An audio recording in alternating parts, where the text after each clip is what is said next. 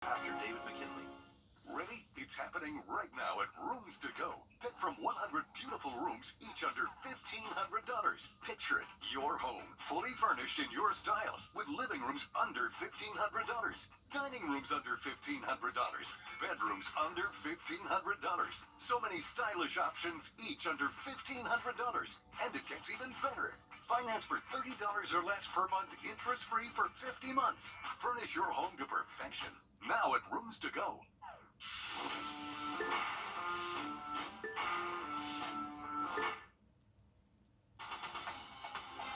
Live from Augusta, you're watching News 12, live at 5. Well, business is booming in downtown Augusta. Just ahead, we're live from the newest business to call the area home.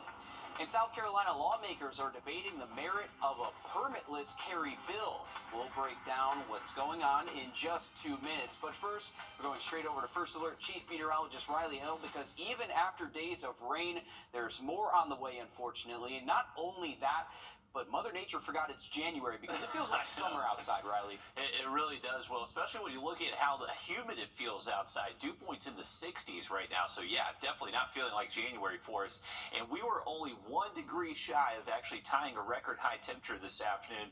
And we're still on track to set the record for the record high minimum temperature. So, very warm out there across the region today. We're seeing 70s all the way up to Columbia, here in Augusta, even over to Athens and Atlanta, all the way down to the Gulf Coast. So it is warm across the region, and with this warmer air, it's able to hold a little bit more moisture, so that is giving way to a few just hit or miss showers out there right now. Not seeing too many thunderstorms currently, but you can see what's west of us. This is just pushing out some rain-cooled air, and we'll continue to set off maybe some hit or miss showers, possibly a thunderstorm as we continue into this evening and tonight. Coverage is very widely scattered, nothing that's too widespread, but we have one little downpour there tracking across Warren County, impacting areas near Warrenton, and also down south into Washington County for Sandersville. So there is some rain around. If you have evening plans, may not be a bad idea to have that umbrella close by. Temps, though, staying very warm, 70s and 60s, even as we get close to midnight. Have much more on this forecast in just a bit, but let's get a quick update on your First Alert traffic. And now, First Alert traffic.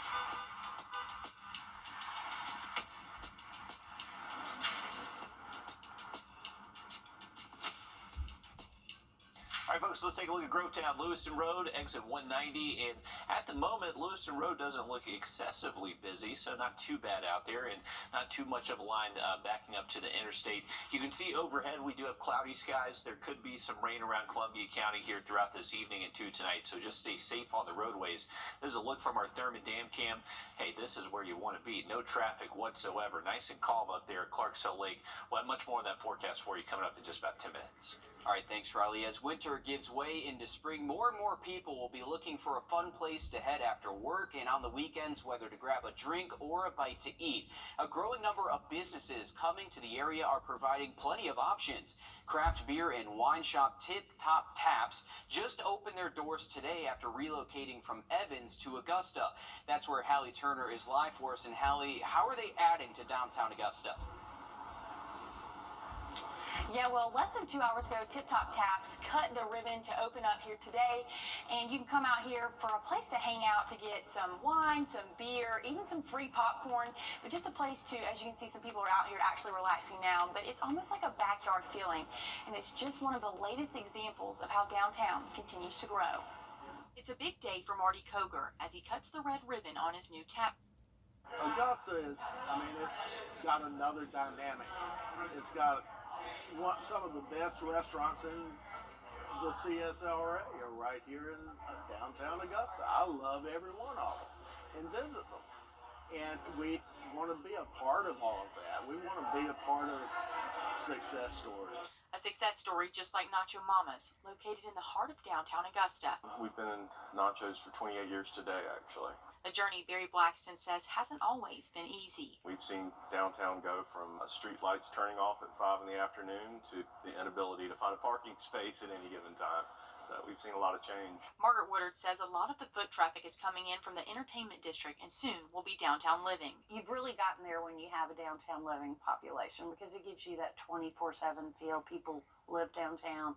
they tend to work downtown and then play downtown. She says more foot traffic calls for more expansion. We've seen a tremendous net gain of businesses over the last 5 years. In 2021, it was 53 new businesses opened up. Last year was 47 new businesses opened up, and something amazing like 11 expansions, businesses expanding. As empty buildings on Broad Street breathe new life, she says the goal is always to have something new to do in the Garden City. There's more for people to do now. You can come downtown and eat, go look at the bookstore, then go have a beer somewhere, or go have specialty cocktail at Vance's Bakery Bar. There are just so many great things to do, and people will now come down and do several things. Now, right now, they're still tallying up how many new businesses have opened up from 2023 until now. But Margaret Woodard says more restaurants are coming right down here to the downtown front of Broad Street, the lower Broad Street next year. And if you're coming out to Tip Top Taps tonight, remember they're here and open until 9. And a great night tonight to get outside and see some of those new businesses in downtown Augusta. Great to see things blossoming and flourishing there in downtown Augusta. Thanks for that, Hallie. Georgia senators have voted to pass a bill that will allow prosecutors to tack on anti-Semitism charges to crimes committed against Jewish people or police, an effort to allow adults in South Carolina to openly carry loaded weapons without having any training or a permit is up for debate at the State House right now. Our State House reporter Mary Green has the latest. This permitless carry bill, also known as constitutional carry, has already passed in the House of Representatives, and it's now up for debate in the South Carolina Senate. Under this bill, if you want to carry a weapon and exercise your constitutional rights to do so, you don't have to get permission from government, but you do have to carry it openly for people to see if you choose to take that method. This proposal would do away with training and permitting requirements for people 18 and older to openly carry loaded handguns. Guns would still be banned in the same places they're currently not allowed, including schools, churches, and courthouses, and people could still obtain a concealed weapons permit if they wanted. The bill would also set mandatory penalties for people unlawfully carrying guns, like those with stolen guns or felons who are legally barred from possessing weapons. Last year, 4 police chiefs from around the state testified against this bill, saying training is essential for safety. I just tell you, there are consequences here, and God forbid that one of you has somebody you love that's shot. You have to deal with that, and you have to go look at them in the hospital, and then after they die. This debate is going to extend into next week, and as opposed to most debates in the Senate, it's unclear at this point how this one is going to turn out. Democrats uniformly oppose this bill, while the Republican majority is split, with the majority leader among those against it. Reporting from the State House, I'm Mary Green. If senators pass this bill, the House and Senate would have to work out any differences between what they've passed before sending it to the governor. Governor Henry McMaster has previously told us that he'd sign it into law. Georgia's Future Caucus is spelling out their plans for the 2024 session. They're all legislators under the age of 45 looking to represent the younger generation of voters. The Future Caucus of Georgia hopes to transcend generational gaps and party lines to bring around more bipartisan goals. Younger Georgians need an inspiring place to work, need workforce solutions, need safe communities and safe schools that they can take their young children to. The group says they discussed many goals such as workforce development, better housing, and criminal justice reform. Just 33 states have a Future Caucus in their state legislature. South Carolina does not have one. Nationwide, only about 25% of state legislators are millennial or Gen Z. In Georgia, that number is 21%. $100,000. That's how much the University of South Carolina is being fined by the SEC because fans stormed the court after the men's basketball team dominated the Wildcats on Tuesday. Now, the game was sold out with 18,000 students packing the arena.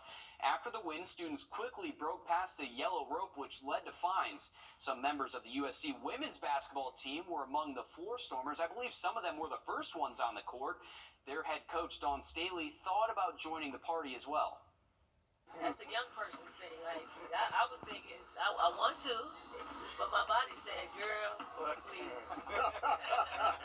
You were encouraging people to get You know, I'm not excited. I didn't excite anything. Wise words from her there, but I mean, you gotta get rid of this rule in the SEC. This is ridiculous. Let the kids have some fun here. The SEC adopted these strict fines for safety reasons. This is considered USC's first offense. If they violate the rules again, the fee is hiked up to $250,000, and the third offense is $500,000 there. Georgia's Air National Guard is showing off some new cutting-edge tech. We'll have more coming up after the break. Riley? Well, temperatures today, we're feeling more like April instead of the end of January. We'll see how long this warm streak lasts and also those rain chances coming up after the break. Click, click. Welcome back, folks. Here's a look from our Beach Island camera. You can actually see a few breaks in the clouds, so some blue sky over some portions of the region. Other parts are dealing with some rain, but everybody is well above average as far as temperatures go. Currently 77 degrees here in Augusta, feeling like 79, so we're actually bringing back a heat index, feel like. So getting away from the wind chill and flipping the script from what we did see this past weekend. Here's a look at our radar network. So there is still some rain out here. This is mainly still on the Georgia side of the river, so our South Carolina counties are currently dry. These showers are moving southwest to northeast, so this will be heading into Wrdw.com. Click, click. Welcome back, folks. Here's a look from our Beach Island camera. You can actually see a few breaks in the clouds, so some blue sky over some portions of the region. Other parts are dealing with some rain, but everybody is well above average as far as temperatures go. Currently 77 degrees here in Augusta, feeling like 79, so we're actually bringing back a heat index, feel like. So getting away from the wind chill and flipping the script from what we did see this past weekend. Here's a look at our radar network. So there is still some rain out here. This is mainly still on the Georgia side of the river, so our South Carolina counties are currently dry.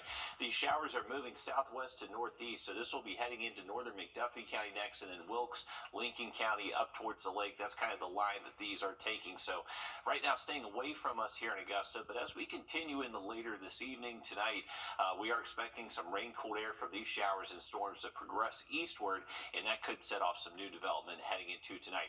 Now there is one little severe thunderstorm warning ahead of that main line. For us, we're not expecting severe storms tomorrow or Saturday, but we are anticipating the threat for some lightning and thunder. So there's going to be some thunderstorms around. Right now, it just doesn't look like they'll turn severe. Here's our rain chances for this evening and early tonight. So once again, hit or miss across the area, mainly for our Georgia counties for the immediate future. And then as we get later into tonight, some of that rain could cross over into South Carolina. Tomorrow, we're expecting another warm day, likely starting off into the 60s. So getting close to those record high minimum temperatures again. And then really at any point during the day Friday, cannot rule out a quick passing shower or downpour, but I would imagine we see a lot of dry weather Friday with high temps back at least into the low 70s. Same general concept Saturday. I would imagine there's a high chance you see rain at some point during the day, but not likely to see rain all day long. So for any outdoor plans Saturday or Sunday, just make sure you have the First Alert weather app close by. You can pull up that interactive radar and see if that rain is around and could impact your outdoor plans. Now, take a look at this. We're likely going to at least tie, possibly break a record high minimum temperature tonight. We'll do it again tomorrow and then possibly get close again Saturday. Saturday, it looks like we could see just a couple degrees shy of that, but very impressive warm weather over the next couple of days. Decent rain chances at least through Saturday. That 20% for Sunday is just for early Sunday morning, generally before sunrise. I would imagine during the day Sunday, as long as the sun's out, we are expecting dry weather. Just going to be a little bit breezy out there. Here's a look at our setup. So this is just kind of the stalled front across the country. This is going to just be hanging around the region and keeping that chance for just a hit or miss shower now through Friday. Once we get into Saturday, the main cold front side of this system is showing up. So this is where we are monitoring. Maybe there could be enough ingredients to produce a stronger storm or two, but right now, most of our guidance is keeping that threat extremely low for the CSRA. And right now, we're expecting that main batch of wet weather to arrive kind of late into our Saturday afternoon and evening forecast. Once we get into Sunday, most of the day is dry, but it's going to be breezy, winds gusting close to 30 miles an hour at times, and then back feeling like the January by early next week. Thanks, Riley. Members of Georgia's Air National Guard now have a new tool in their arsenal. Members of Georgia's Air National Guard now have a new tool in their arsenal, one of the most advanced cargo planes out there. On Monday, we showed you the unveiling outside of Atlanta, but now the plane is at its new home in Savannah. Haley Bolin shows us what our National Guardsmen think. This new C-130J model, better known as the Super Hercules, has arrived from Marietta to its new home right here in Savannah. donning the state's flag, the Super Hercules, built by Lockheed Martin right here in Georgia, will now serve Georgia's Air National Guard. This is the first model to roll off the line at the Lockheed Martin plant, and this enables us to be on the leading edge of technology, capabilities, and development of that platform. Just this past August, the 165th retired the C-130H, the previous Hercules model, which had served the unit since 1981. Because the H models were, an older aircraft, they had outdated avionics in comparison to what's available now. So with the J models, we got basically a whole new avionics suite. Everything's digital. There's a lot of software. Whereas before it was more analog. The new model brings the 165th to the forefront of updated technology. They're only the 6th airlift wing to receive it so far, according to unit leaders. Airmen say the upgrade makes a big difference. The C-130J has more power, it's a little more efficient, it can carry more cargo, fly a little faster, a little bit higher. It's really capable. I mean, what this version of the C-130J does is it takes advantage of all the avionics upgrades. The planes are responsible for making airdrops and transporting supplies. The upgrade comes with some crew changes. So there's less crew members, whereas the C-130H needed a minimum of 5 to 6 crew members. We can operate with 3 to 4. However, the unit's airmen say it's a step forward they're excited about. It was a good opportunity for us to all come together and accomplish this feat, and we accomplished step 1 today, getting the first aircraft here. Identity theft is having a specific impact on the African American community. What you need to know coming up next. First Alert Radar, powered by Jim Hudson Automotive Group. The winter sale. How you know? Get your safe law firm on the line. Call 999-9999. It's a new year, and many homeowners start thinking about home improvement projects this time of year.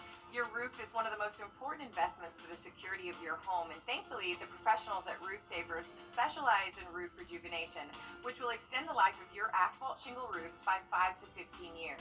I'm here with Russell Beckham, one of the owners of Roof Savers, and Russell, explain what roof rejuvenation is and the Roof Savers process. So, roof rejuvenation is the process of reintroducing the protective qualities to asphalt shingles, such as the flexibility, the granular adhesion, and also adding resistance to hail damage. Our first visit to a customer's home is to evaluate the roof. We are looking for any leak-prone areas such as damaged pipe boots, loose chimney flashing, things like that, and we want to correct all that before the process is started. Then we will soft wash your roof to make sure all the black algae and moss and dirt come off. Then the roof is treated with the rejuvenation to extend the life of the roof. The roof is a major expense. This product can save you a ton of money. As you can see the before and afters, and it is plain as day. This was simple, in and out process. It's a win-win for everybody. Please dial the number on your screen right now and extend the life of your roof by 5 to 15 years and save thousands of dollars in the process. Hear what other people are saying about Roof Savers? Use the keywords Roof Savers Georgia on Google and check us out online at myroofsavers.com. Identity theft can happen to anyone, but one study focuses on how identity crimes have a unique impact on the African American community. Carice Jackman spoke with the authors of the report about what you need to know so you can protect your information. The Black Researchers Collective prides itself on taking their research to the streets, helping to train and equip communities with information about policy. It's why Sherry Runner and Dr. Glennis Green say issuing this report on identity crimes impacting African Americans is vital. We want to make sure that we are adding to the positive restoration of those communities and not just doing the research for the sake of saying that this happened. The study, in collaboration with the Identity Theft Resource Center, or ITRC, spoke with focus groups from 3 major cities with large Black populations, asking about experiences with ID theft, how they protected themselves against it, and if they were able to recover when compromised. Some of the most prevalent incidents of victimization fell within 5 or 6 categories. One, through bank accounts, credit cards, and checks. 2, income tax, unemployment or other types of scams. 3 was really around the misuse of personal identity information in childhood when they were younger. The 4th one was really around phone, utility bills, and the 5th one was really around car, home, and student loans. Of those who were the victims of identity crimes within the last 5 years, at least a quarter were victimized during the pandemic. Most participants told the organizations they were taken advantage of by strangers. However, 40% recounted various incidents carried out by people they knew, with a majority being family members, which Dr. Green says could be a personal and complex battle for those exploited. As it pertains to family members, there's something very unique to the Black cultural experience that shaped whether or not folks made a decision to address those things. We depend on one another. We support one another. In addition to that, we are working within structures that have historically oppressed us as well, right? And so people that we're going to for support and remediation, one, and this came up in the study, don't really necessarily believe the stories that we're telling them. There aren't any really clear pathways for it necessarily being resolved. To help reduce the risk of identity theft, James Lee with the ITRC says you can do things ahead of time to lower the chances of your info being taken.